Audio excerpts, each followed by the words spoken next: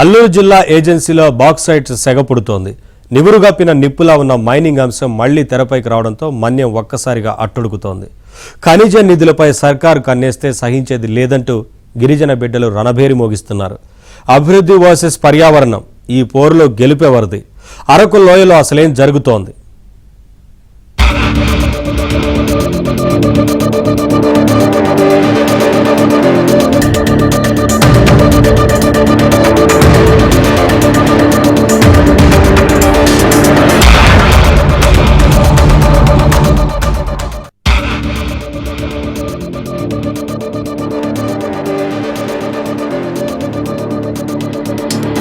మన్యం గుండెల్లో bauxite mining ప్రకంపనలు మళ్లీ మొదలయ్యాయి.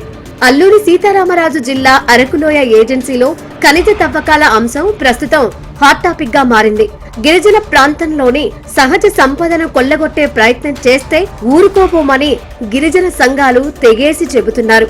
ఏజెన్సీ భూములే తమకు ప్రాణాధారమని, అక్కడ తవ్వకాలు మొదలైతే అటవీ సంపద నామరూపాలు లేకుండా పోతుందని ఆందోళన వ్యక్తం చేస్తున్నాయి. జలవనరులు ఇంకిపోయి వ్యవసాయ భూములు బంజారుగా మారతాయన్న భయం వారిని ఉక్కిరిబిక్కిరి చేస్తోంది. పర్యావరణ సమతుల్యత దెబ్బతింటే రాబోయే తరాలకు విషాదాన్నే మిగిల్చినట్లు అవుతుందని వారు కుండబద్దలు కొడుతున్నారు.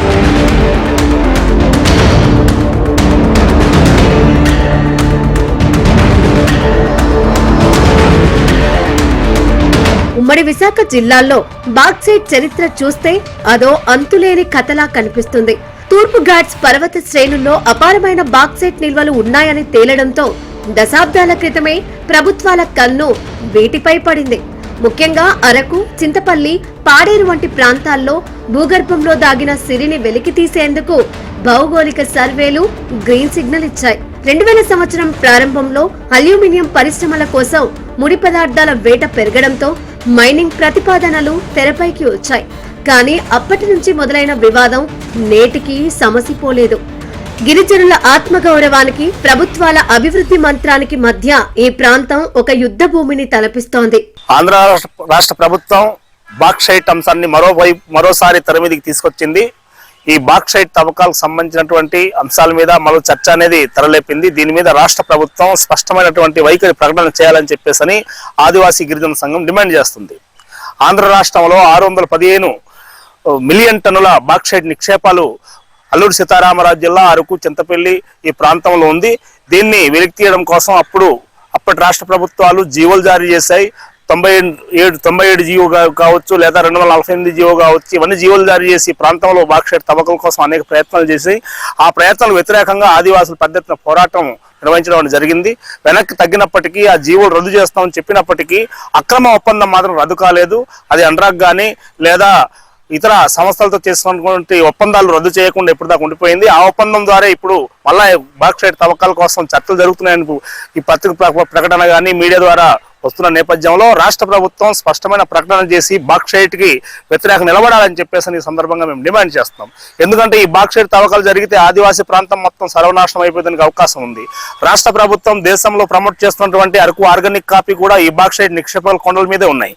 కాబట్టి ఈ నేపథ్యంలో ఈ బాక్సైట్ నిక్షేపాలు తవ్వితే ఈ ప్రాంతంలో కాఫీ కొండలతో పాటు ఈ ఆదివాసీ జీవన ఆధారం మొత్తం నష్టం జరిగేదానికి అవకాశం ఉంది. గ్రామాలు ఖాళీ చేసేదానికి అవకాశం ఉంది. కాబట్టి బాక్సైట్ అంశం అనేది ఈ ప్రాంతంలో అసలు వద్దని చెప్పేసి ఆదివాసీ గిరిజన సంఘం ఖండిస్తుంది. అందుకనే రాష్ట్ర ప్రభుత్వం స్పష్టమైన వైఖరి ప్రకటన చేసి బాక్సైట్ అక్రమ ఒప్పందాలు మొత్తం రద్దు చేయాలి. ఏవైనా బాక్సైట్ అంశం మీద ఎటువంటి చర్చ లేకుండా ఉండాలని చెప్పేసి ఈ సందర్భంగా మేము డిమాండ్ చేస్తున్నాం. లేని పక్షంలో ఖచ్చితంగా హైడ్రో పవర్ ప్రాజెక్ట్ తరహాలో పెద్ద ఎత్తున బాక్సైట్ మరో పోరాటానికి సన్నద్ధం అవుతామని చెప్పేసి రాష్ట్ర ప్రభుత్వానికి హెచ్చరిస్తున్నాం. బాక్సైట్ మైనింగ్ కు ఒకవైపు లాభాల లెక్కలు ఉంటే మరోవైపు నష్టాల కన్నీళ్లు ఉన్నాయి.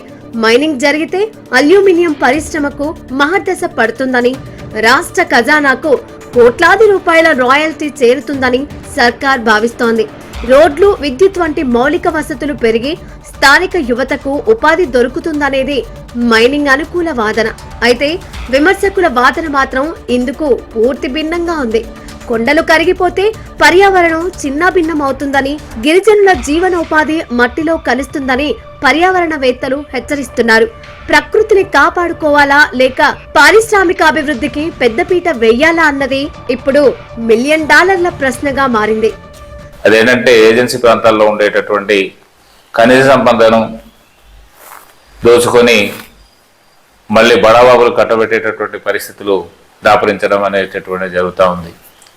ఈ కుట్రలో భాగంగా చింతపల్లి అలాగే అరకు ప్రాంతాల్లో ఉండేటటువంటి బాక్సైట్ ఖనిజాన్ని వెలికి తీయడానికి గతంలో చాలా ప్రయత్నాలు చేసి గిరిజనుల యొక్క వ్యతిరేకతను గుర్తించి మళ్ళీ వెనక్కి తగ్గడం అనేటటువంటి జరిగింది.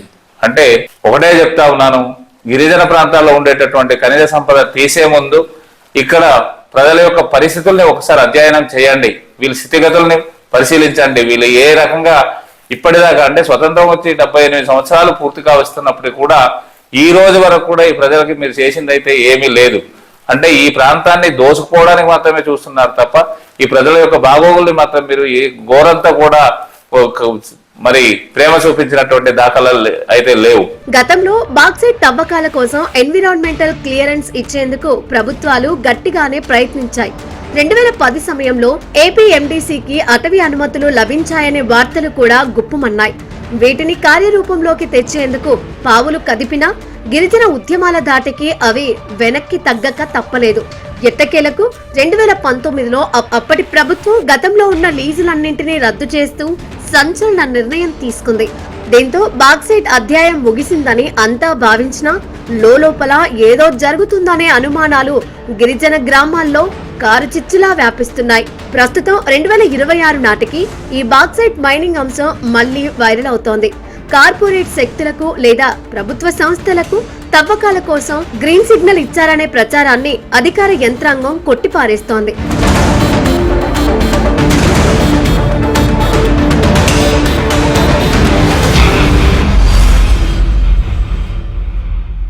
ఇప్పటి వరకు అధికారికంగా ఎలాంటి అనుమతులు ఇవ్వలేదని, పర్యావరణ క్లియరెన్స్లు పెండింగ్ లో ఉన్నాయని స్పష్టం చేస్తున్నారు.